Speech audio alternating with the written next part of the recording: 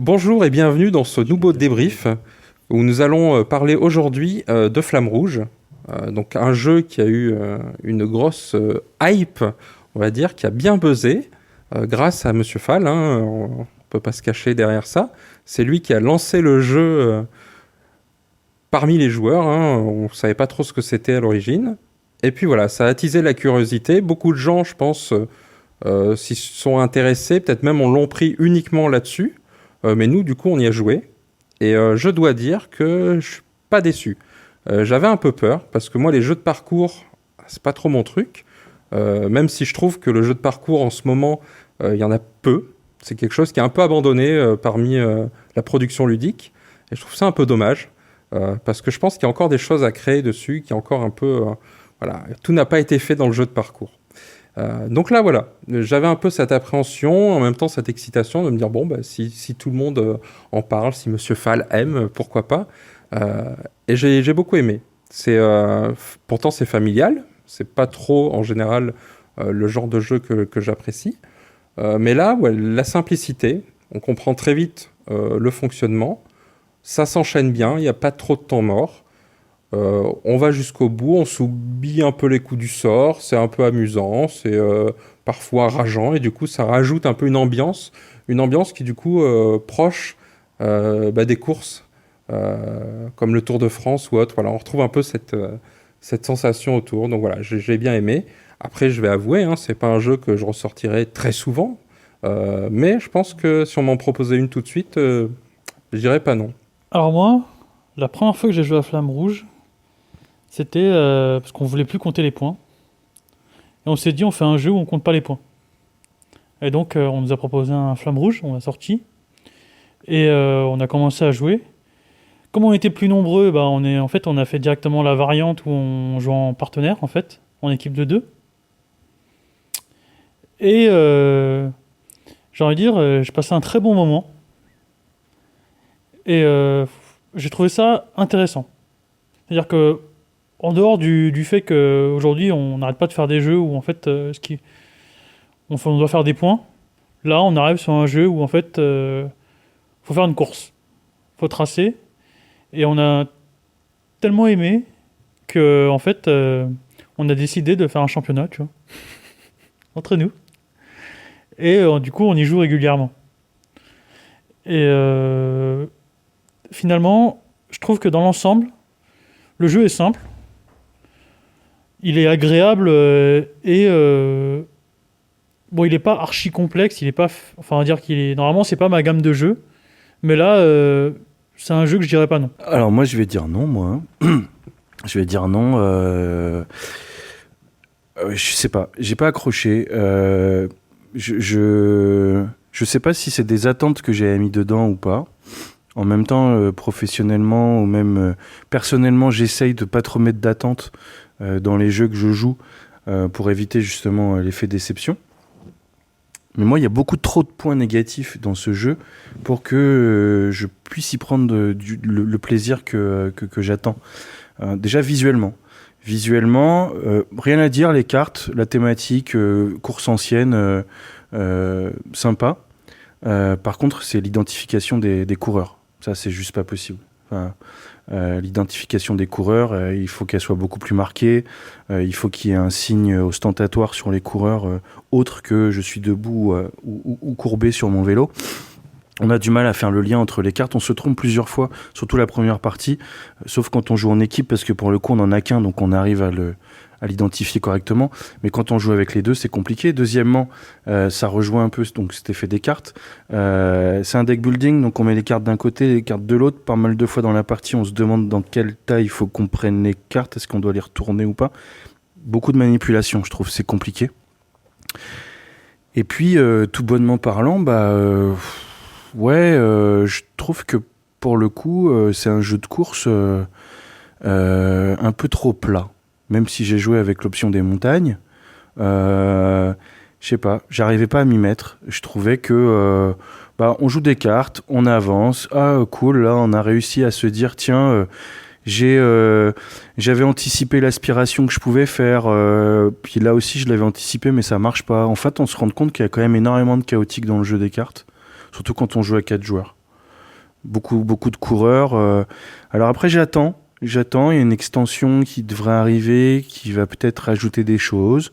J'ai vu sur Board Game Geek qu'il y avait un format Tour de France.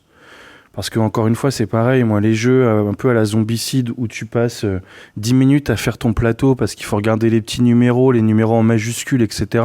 Alors ok, c'est pas non plus... tu passes pas 2 heures, mais c'est contraignant par rapport au temps où tu joues, quoi. Et pour le coup, faire un plateau, nous, ça nous est arrivé. On voulait changer à 4, on voulait changer de terrain, en tout cas de course. Et puis à un moment donné, on s'est dit non, c'est bon, on va le laisser, on va refaire sur le même. Et, voilà. Donc trop de contraintes pour ce type de jeu. Et pour moi, pas assez d'ambiance. En même temps, je suis pas cycliste. Donc peut-être que les sensations, je les ai pas perçues à cause de ça. Alors, au contraire, moi, je suis pas cycliste, hein, mais justement, moi, le seul moment où je vois du vélo, c'est à la télé, hein, quand il y a le Tour de France. Et encore, je regarde pas trop. Mais voilà, j'ai ressenti cette sensation d'un cycliste, c'est-à-dire qu'en fait, tu vas essayer de profiter des moments. Quand est-ce que tu dois accélérer, quand est-ce que tu dois en fait profiter des autres, quand est-ce que tu dois faire la course en tête aussi, et aussi subir du coup la fatigue, etc. Effectivement, même à deux, je veux dire, au début, on ne reconnaît pas le sprinter du coureur, c'est clair. Même moi, je me perdais, c'est mon partenaire qui me disait bah non, en fait, c'est moi lui, toi, t'es l'autre. Mais comme tu arrives au final, à la fin, à anticiper ton personnage. C'est-à-dire que tu sais que ce tas de cartes va jouer ce personnage parce que tu prends ton temps et chacun a son temps. De toute façon, il faut que tu réfléchisses à quelle carte tu veux jouer. Et pour moi, c'est visuellement pas... On va dire que tu as du mal à reconnaître visuellement, mais tu t'y retrouves. Après, pour moi, c'est du cyclisme simplifié. Mais pour quelqu'un qui s'y connaît pas, comme moi, ça me suffit amplement. Et il y a des concepts que je retrouve, par exemple en montagne ou en descente, et qui fait que j'arrive à anticiper le plus ou moins le jeu, quoi. Et du coup, ça ne nous a pas déplu. On en fait un régulièrement, une partie, et c'est pas archi long. Alors oui, remettre le plateau, la course, on va dire les petites tuiles pour former la course, le parcours, c'est un peu chiant. Mais en général, quand on prévoit à l'avance, celui qui a le jeu, il met en place. Et puis on fait juste le parcours, après on range, quoi. Donc pour 1 heure, ça va, quoi. Est-ce qu'on n'est pas justement sur un Formula D un peu light, du coup un peu plus accessible? Non, Formula D, il assume son côté lancer de dés assez chaotique, même si les dés ont des fourchettes de valeur. Moi, j'ai plus l'impression d'avoir vraiment un effet course. En fait, c'est le tempo, le timing, qui sont, à mon avis, très difficiles à retranscrire en jeu de société. Moi, j'ai fait 2-3 parties, quoi. Et je suis pas sûr, en attendant peut-être d'avoir quelque chose qui va me rajouter une petite mécanique ou je sais pas, moi j'ai besoin peut-être dans ces cas-là d'être si on s'écarte de Formula D qui pour moi est quelque chose d'assez chaotique, assez fun, certes long quand on joue à beaucoup, mais où il peut y avoir des retournements de situation sur un mauvais jet de dés, c'est moins calculatoire mais c'est assumé. Là on est sur un jeu quand même qui est assez calculatoire somme toute, hein. C'est pas un deck building parce que les seules cartes qu'on va rajouter à son jeu, c'est des cartes de fatigue, donc des cartes vraiment négatives. Et on est obligé de les prendre et c'est toutes les mêmes. Mais c'est du calculatoire qu'on va adapter en fonction de la vitesse du peloton et des autres joueurs. Mais je sais pas, moi, il faut peut-être des trucs encore un peu plus réalistes. Je sais pas, un chien qui traverse la route, une crevaison, une blessure. Je sais pas, il me faut un truc, il me faut du twist. Il me faut quelque chose qui me dise que, attention, les descentes ou la météo, je sais pas. Il me faut quelque chose en plus. Du sablier qui mettrait un tempo, en fait, puisque si ça t'oblige à jouer assez rapidement ta carte, et du coup, ça évite... Si on tombe sur des gens, justement, qui tombent dans le calculatoire et qui vont passer 15 minutes à réfléchir à quelle carte il faut mettre, alors que je pense que c'est plutôt un jeu fait pour être joué un peu plus rapidement, un peu moins en mode calcul, quoi, même si ça peut l'être aussi, hein, mais pour rester dans le côté fun, justement, pour pourrait être dans ce côté tempo, course, faut pas que la partie s'allonge. Et je suis d'accord aussi avec vous sur le fait que un des points négatifs quand même, c'est la lisibilité. Quand on découvre le jeu. Après, on s'y fait, ça rentre, mais c'est vrai que c'est un des points quand même qui aurait dû être un peu mieux fignolé. Ils auraient pu trouver peut-être une petite astuce, quelque chose d'identifiable beaucoup plus rapidement. Alors moi, je trouve que c'est pas un jeu calculatoire. Je trouve que, en fait, c'est juste une question de, à un moment, t'as des... de toute façon, comme tu joues un coureur, après tu joues l'autre, tu peux pas vraiment anticiper, quand tu joues ton premier coureur, tu peux pas anticiper ce que tu vas faire dans l'autre, parce que tu as pas les cartes. Donc celui-là, tu vas faire un choix, on va dire, en fonction de ce que tu vois, donc voilà, sur le moment donné. Et pareil, ça va être pareil pour le deuxième. Parce que le deuxième, vu que tu as déjà fait le choix pour le premier, en fait, tu vas faire un choix en fonction du premier. Donc finalement, est-ce que tu passes tant de temps que ça à choisir tes cartes, à calculer? Je suis pas sûr que tu calcules tant que ça. C'est juste, à un moment, je considère que tu fais un choix. Est-ce que tu restes derrière ou est-ce que tu prends la tête? Ouais, mais justement, ça c'est pour avoir fait quelques parties encore sur quelques circuits différents. Tu vas quand même jouer tes cartes aussi en fonction à la fois de ce que toi tu as envie de mettre comme stratégie, à la fois par rapport à l'identification du terrain. Est-ce que tu as des grands virages? Est-ce que y a les virages?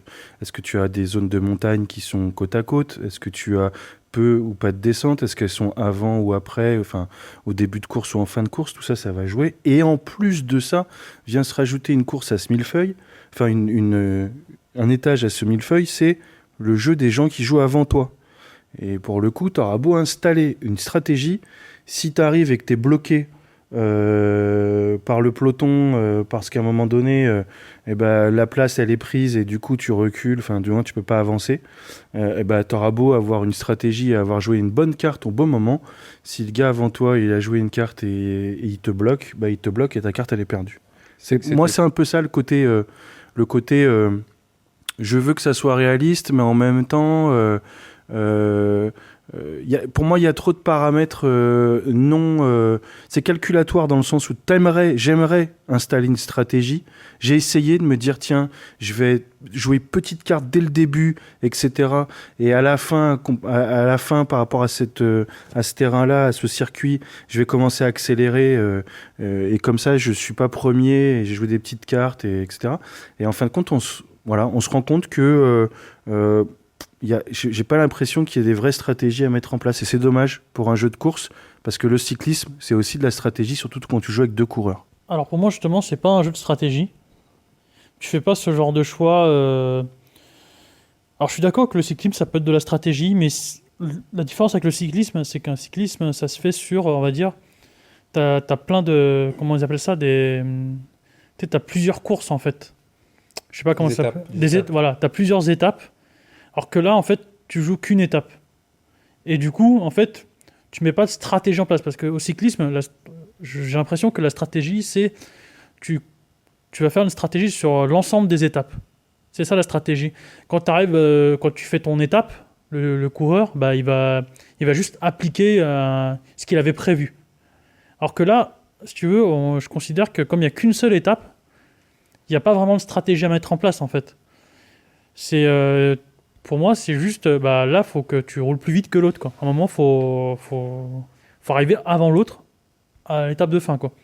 Et c'est pour ça que tu ne fais pas de stratégie, mais c'est plutôt, si tu as l'opportunité de passer devant, ou c'est plus un jeu opportuniste, je dirais, voilà. Si tu as l'opportunité de profiter d'une descente ou de pas trop prendre cher dans la montée, tu vas essayer d'en profiter. Très bien, on va passer sur le petit plateau et attaquer la côte. C'était le débrief de Flamme Rouge. Le meilleur moyen de se faire un avis, et peut-être qu'il soit différent du nôtre, c'est de l'essayer. C'est toujours comme ça qu'on fait. Au revoir et bon jeu.